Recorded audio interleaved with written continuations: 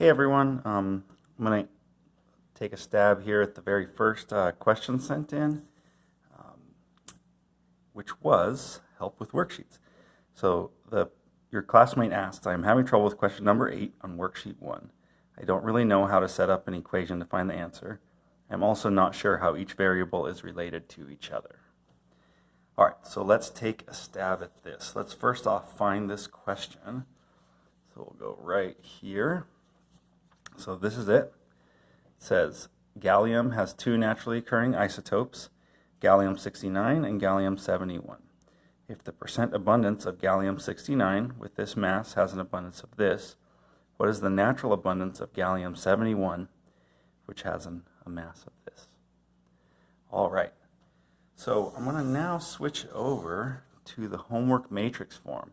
And this is actually a really easy problem, except that it gives you a lot of extra information, which seems confusing. So I want to actually use this form, show you how we'd use it, and actually how we would use it to see that there's actually a simple problem, a simple solution. So we'll dig into the problem, and we'll just one at a time try to separate out the piece of information. So we're talking about gallium, and it says it has two isotopes. So we'll come over here and we'll fill in this information in the given information column here. So gallium has two naturally occurring isotopes, and it says they're gallium-69 and gallium-71. So I'm just going to write down over here that there's gallium-69 and gallium-71. And I know those are the only two naturally occurring isotopes of gallium. Now it's going to go right to the question, if the percent of gallium-69 is this, what's the natural abundance of gallium-71? So if the percent abundance of gallium-69 is this, what's the abundance of gallium-71? So gallium-69, it says, is 60.1%, and it wants to know, over here we'll write down the find, the abundance of gallium-71. It also goes ahead and gives us the masses of the two, so I'll go ahead and write those down as well. 68.926 AMU and 70.925 AMU. That's really all the information it gives us in the problem. So now we're going to think about it. So you can see right away that the information that's missing is this in the little table I set up here. I just listed this isotope, this is what we know about it. And that's actually what we're trying to find over here. So I'm going to, in this case, just put a little question mark there so I can see it. The other thing that we obviously don't know is the overall natural abundance of gallium, but we could always find that by looking at the periodic table. And that would be the weighted average between the two. So the question is, how do we find the abundance of gallium-71? So hopefully you can kind of see here, that's the piece of information that's missing. And this is where we start thinking there's something else that we need to know to figure out what that missing piece is. So there's a few places you could go with this. There's really two extra pieces of information that we know about isotopes. There's this equation that says, basically, if you want the weighted average mass, and that would be the number on the periodic table,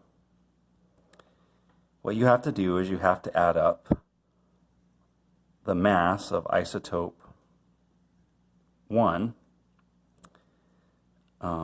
times its abundance, and then repeat that with each other isotope, plus the mass of isotope 2 times its abundance, ... In this case, there's two isotopes. That would be it. So you really could use this equation to solve this problem, because you could look on the periodic table and find the weighted average mass. That would be that information. The mass of isotope number 1 is given. the abundance of isotope number 1 is given, the mass of isotope number 2, and the abundance of isotope number 2 is not given, and that's what we're trying to solve for. So you could put an X there and solve that. But that's really totally unnecessary in this case because there's a much simpler equation that we also know that's true. That if this is 60.1%, we know that together, if this is total, which the problem did tell us that's all, it tells us gallium has 2 naturally occurring isotopes. So these are the only 2 naturally occurring isotopes. That means if that one's 60.1%, then this plus whatever that is has to add up to the total has to be what? So basically,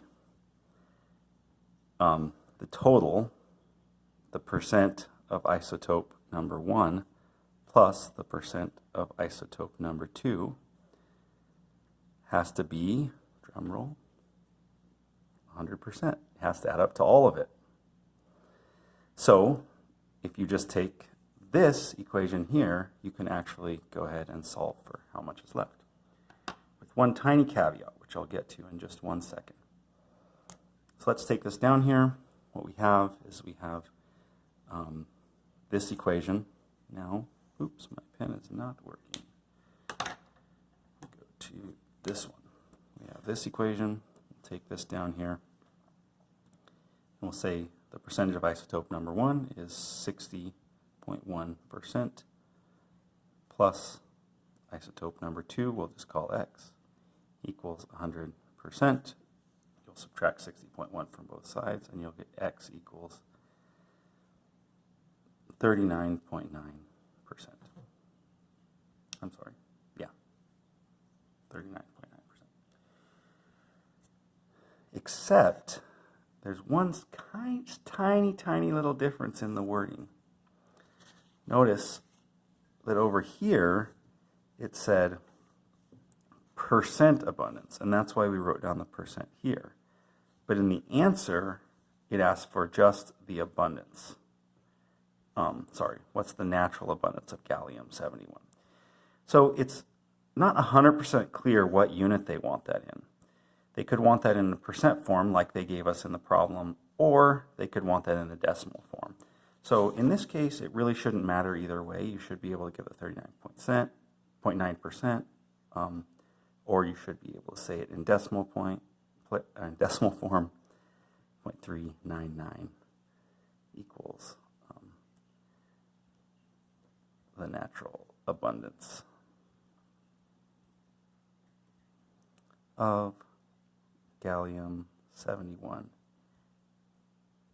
in decimal form. Really, either one should be a perfectly acceptable answer, which is what we were trying to find. So there you have it.